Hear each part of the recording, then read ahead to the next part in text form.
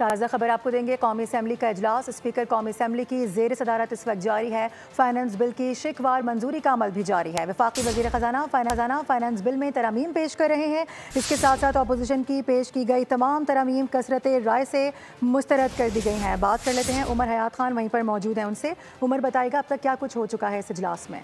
जी बिल्कुल, कौमी असम्बली का जो इजलास है वो स्पीकर अयाज सादिक की ज़ेर सदारत इस वक्त जारी है और इजलास में फाइनेंस बिल की जो है वो शिकवार मंजूरी दी जा रही है और वजीर ख़जाना की जानिब से फाइनेंस बिल में जो तरामीम हैं वो पेश की जा रही हैं। इसके साथ साथ जो अपोजिशन अरकान हैं वो भी अपनी तरामीम पेश कर रहे हैं और जिनको कसरत राय से जो है वो मुस्तरद किया जा रहा है। और एक तरमीम जो कि कस्टम एक्ट से मुताल्लिक थी, उसमें जब अपोजिशन की डिमांड पर स्पीकर कौमी असम्बली ने रायशुमारी कराई और जब रायशुमारी कराई गई तो उसके बाद तकरीबन 201 अरकान जो है वो तरमीम के हक में उन्होंने वोट दिया और 57 जो अरकान थे उन्होंने तरमीम की मुखालफत में वोट दिया। इसलिए वो कस्टम एक्ट में जो तरमीम थी वो कसरत राय से मंजूर की गई। लेकिन इस दौरान हमने ये देखा कि जो अपोजिशन अरकान हैं उन्होंने नारेबाजी भी की, लेकिन फिर उसके बाद जो इजलास है उसमें वक्फा हो गया और आप वक्फे के बाद दोबारा जब इजलास शुरू हुआ है तो इजलास में वक्फा हुआ था, उसके बाद इजलास दोबारा शुरू हो गया। अपडेट कर रहे थे, बहुत शुक्रिया।